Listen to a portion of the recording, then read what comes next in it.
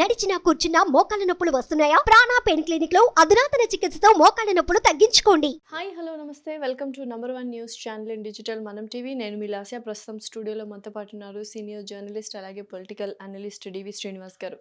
నమస్కారం శ్రీనివాస్ గారు. నమస్తే.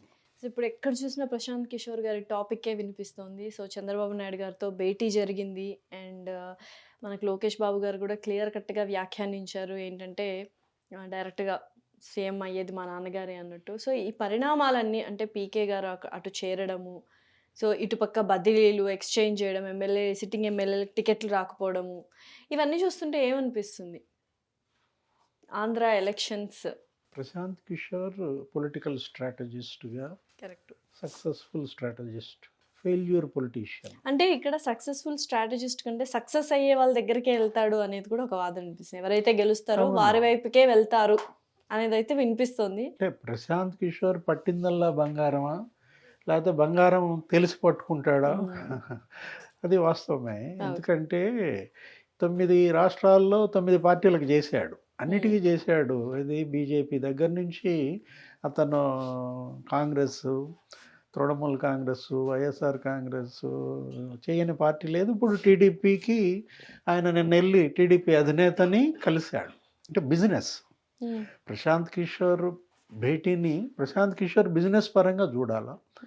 అది వీళ్ళదేమో బిజినెస్, ఎవరిది? ప్రశాంత్ కిషోర్ది. వాళ్ళదేమో రాజకీయం. పెరసి తెలుగుదేశం గెలుస్తోంది కాబట్టి తెలుగుదేశం వైపు వెళ్తే మళ్ళీ ఇంకొకటి అతని ఖాతాలో పడుతుంది సక్సెస్ అనేది, అది వేరే విషయం. జనరల్ ట్రెండే. ఎవరైనా సరే ఎవరు మనకి ట్రాక్లో ఉంటారో, ఎవరు గెలుపు దీంట్లో ఉంటారో అటువైపే మొగ్గుతారు. కాకపోతే ఇతని విషయానికి వచ్చేసేసరికి మనం ప్రశాంత్ కిషోర్ని ఎలా చూడాలా? బాధితుడుగానే చూడాలి. బాధితుడుగా వరుస పెట్టి జగన్మోహన్ రెడ్డి బాధితులంతా చంద్రబాబు వైపు వెళ్తున్నారు. మనం చూసుకుంటూ ఎలా బాధితుడు అవుతాడండి? మరి కొంతకాలంగా అతను నిర్లక్ష్యానికి గురైనట్టుగా కనపడుతోంది. ప్రశాంత్ కిషోర్ ఇంటర్వ్యూస్ కూడా మనం చూసాం. ఏంటి, వెల్ఫేర్ స్కీమ్స్ కేవలం మీకు వర్కౌట్ కాదు, సంక్షేమం చేసినంత మాత్రాన మీకు ఓట్లు పడవు అని అన్యాపదేశంగా జగన్మోహన్ రెడ్డిని ఉద్దేశించి అతను చెప్పాడు. సంపద సృష్టించాలా, సృష్టించిన సంపదని పేదలకి పంచాలి అనేది అది వాస్తవం. అది ఎవరైనా చెప్పేదే. ఇప్పుడు ప్రశాంత్ కిషోర్ కొత్తగా కనుక్కున్నదేమీ కాదు. కాకపోతే ఇప్పుడు ప్రశాంత్ కిషోర్ వెళ్ళడం వల్లే తెలుగుదేశం విజయం ఖాయం కాదు. తెలుగుదేశం విజయం ఇప్పటికే ఖాయం అయిపోయింది అనేది ప్రజల్లో ప్రబలంగా వెళ్తోంది. ఎందుకని? జగన్మోహన్ రెడ్డి స్వయం కృతాపరాధాలు కావచ్చు, అతను చంద్రబాబుని అరెస్ట్ చేయటం కావచ్చు, అదే సమయంలో తెలుగుదేశం జనసేన పొత్తు పెట్టుకోవటం కావచ్చు. మనం దెబ్బ మీద దెబ్బ జగన్మోహన్ రెడ్డికి పడుతుంది. ఒక దెబ్బ కాదు, వరుస దెబ్బలు అన్నమాట. మనం యువగళం అనేది ఒక దెబ్బ.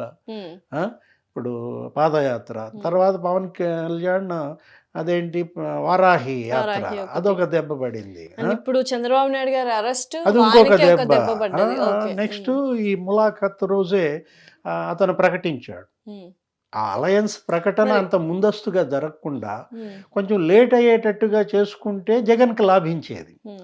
అలయన్స్ ఇంత ముందస్తుగా ప్రకటించేసరికి ఆ 2 శ్రేణుల మధ్య చక్కటి సమన్వయం, అవగాహన వచ్చేస్తుంది. మరి చంద్రబాబు నాయుడు గారు అంగీకరిస్తారా, అంటే ఆహ్వానిస్తారా పీకే గారిని? అవసరం ఉందా పీకే గారి నీడ్ టీడీపీకి అవసరం ఉందా అంటే మీరేమంటారు? అంటే ప్రశాంత్ కిషోర్ వల్ల నష్టం జరగకుండా ఉంటే చాలని ఆలోచిస్తారు. తెలుగుదేశం పార్టీకి ఇప్పుడు నష్ట నివారణ చర్యలు కూడా ఉంటాయి. గెలుపు చర్యలతో పాటు ప్రశాంత్ కిషోర్ మళ్ళీ జగన్ వైపు వెళ్ళాడు అనుకోండి, మళ్ళీ ఏం ఎత్తులు జిత్తులు అక్కడ అతను సజెస్ట్ చేస్తాడో, దానివల్ల మళ్ళీ తెలుగుదేశంకి ఏమైనా నష్టం జరుగుతుంది అనేది ఉంటుంది కదా. అంటే గెలుపు వ్యూహం ఎలా ఉంటుందంటే, మనం గెలవటం కోసం వ్యూహాలు రెడీ చేసుకుంటాం, అవతలాడు ఓడించడానికి కూడా దానికి వేరే ఉంటాయి. అంటే ఇప్పుడు జగన్మోహన్ రెడ్డికి ఉన్నటువంటి బలాలని దూరం చేసే ప్రయత్నం ప్రశాంత్ కిషోర్ అతనికి ఒక బలం గతంలో మనం చూసాం. ఏంటి, ఇదే ప్రశాంత్ కిషోర్ వివేకానంద రెడ్డి హత్య కేసుని రాజకీయంగా ఎలా ఉపయోగించుకోవాలో అతనే సజెస్ట్ చేశాడని, తర్వాత కోడికత్తి కేసు రాజకీయంగా ప్రజల్లో సానుభూతి పొందటం కోసం బెడ్ మీద జగన్మోహన్ రెడ్డి పడుకోబెట్టడం. ఎన్ని నెగటివ్ పాయింట్స్ ఉన్నా కూడా జగన్మోహన్ గారి దగ్గర చివరికి అంటే అటు ఇటు మారే అవకాశాలు ఏమైనా ఉన్నాయా? తెలంగాణ ఎలక్షన్స్లో చివరిదాకా కాంగ్రెస్ వస్తుంది అని ఎవరు ఊహించలేదు. అలా చివరిదాకా వైఎస్ఆర్సీపీ వస్తుంది అని ఎవరు ఊహించకుండా చివరి క్షణంలో మారే వ్యూహాలు ఏమైనా రచిస్తున్నారా జగన్ గారు అంటే మీరు ఏమంటారు? అంటే వైఎస్ఆర్సీపీ వస్తుందని చివరిదాకా ఊహించకపోవటం ఉండదు కదా. ఆయనే చెబుతున్నాడుగా వై నాట్ 175 అని. గెలుపుపై అంత పూర్తి ధీమాగా జగన్మోహన్ రెడ్డి ఉన్నప్పుడు అంటే పరిస్థితుల ప్రభావాన్ని బట్టి చూస్తే అందరూ టీడీపీనే నిన్నటిదాకా అదే. ఇప్పుడు 5 ఏళ్ల పరిపాలనలో 4.5 ఏళ్ళు జగన్ ధీమాకేమీ డోకా లేకుండా పోయింది. 4.5 ఏళ్ళు ఏకఛత్రాధిపత్యంగా నడిపాడు. ఆయన ఊహించలేదు ఏది తన ఓటమిని కానీ తను ఇలా ఇంతమంది అభ్యర్థుల్ని మార్చాల్సిన పరిస్థితి వస్తుంది కానీ తెలియదు కదా. 175 గెలుస్తాను అని ఎందుకన్నాడు? వీళ్లతోనే కదా అన్నది. వీళ్ళనే కదా గడప గడపకి పంపింది. గడప గడపకు పంపిన వాళ్ళల్లోనే మార్చేస్తున్నాడు. 90 అంటారు, 80 అంటారు, 42 మంది అంటారు. ఎంతమందిని మారుస్తాడో తెలియదు. షఫ్లింగ్ చేస్తున్నాడు. ఇటు దట్టు పెడుతున్నాడు, అటు దిటు పెడుతున్నాడు. ఇవన్నీ కూడా ఏంటి? ఓటమిని తప్పించుకునే ఎత్తులుగానే చూడాలి. ఎంపీలను తీసుకొచ్చి అసెంబ్లీకి పెడుతున్నాడు. అసెంబ్లీ వాళ్ళకి ఏం చెప్తున్నాడు? నీకు రాజ్యసభ ఇస్తా, అన్ని వ్యూహాలు మీరు కౌన్సిల్ ఇస్తా. స్ట్రాటజీస్ కావచ్చు, లేకపోతే గెలవడానికి ఓడిపోవటానికి ఎవరు సిద్ధంగా ఉండరు. జగన్మోహన్ రెడ్డి ఓడిపోవడానికి సిద్ధంగా ఉండడు. ఇంకా టైం ఉంది 3 నెలలు. ఈ 2 నెలల్లో ఇంకా అనేక ఎత్తులు వేస్తాడు. ఎందుకంటే ఇప్పుడు అదేదో ఉంది, ఆర్టీసీ బస్సుల్లో ఉచిత ప్రయాణం.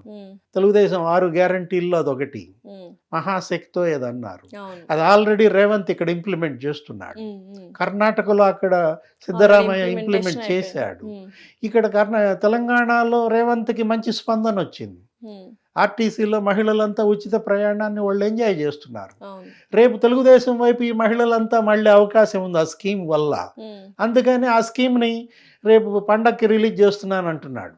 ఇది సంక్రాంతికి జగనే ఆర్టీసీ ఉచిత ప్రయాణం మహిళలకి అనౌన్స్ చేసే పనిలో ఏదో కసరత్తు జరుగుతుంది. డెఫినెట్లీ చేయాలి. ఎందుకంటే ఎలక్షన్స్ ముందు ఇవన్నీ కసరత్తులు కానీ వ్యూహాలు కానీ ఎవరికి వాళ్ళు రచించాలి, ప్రజల్ని మెప్పించాలి. కాబట్టి ప్రతి ఒక్కటి ప్రజల సంక్షేమం కోసమో అభివృద్ధి కోసమో పాటుపడాలి. కాబట్టి ఇటువంటి స్కీమ్స్ అన్నీ వస్తూ ఉంటాయి. బట్ ఇక్కడ ప్రశాంత్ కిషోర్ గారు మేబీ అటు చంద్రబాబు నాయుడు గారి వైపు వెళ్తే ఇక్కడ వచ్చే నష్టాలు ఏమిటి జగన్ గారికి? ఎవరికి?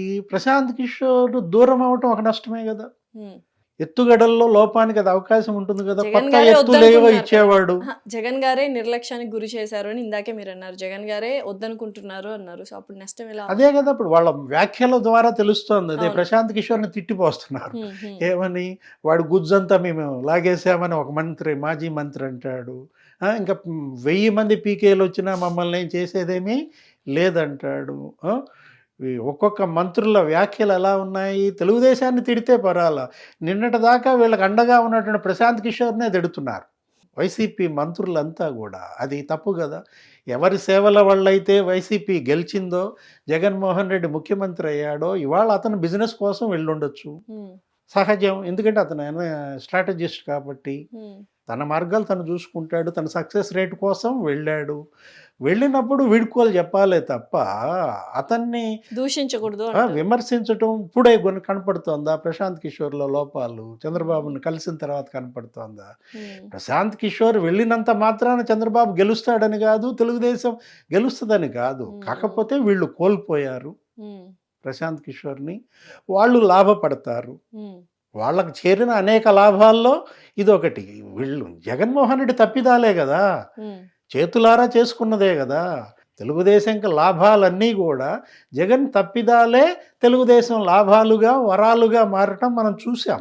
ఇతనే గనక సమర్థుడైతే చక్కగా ప్రాజెక్టులన్నీ నిర్మించేవాడు, జలయజ్ఞం చేసేవాడు, పోలవరం స్పీడ్ చేసేవాడు. నీకు ఇవాళ ఈ పరిస్థితి వచ్చేది కాదు. అమరావతిని చంపేసేవాడు కాదు.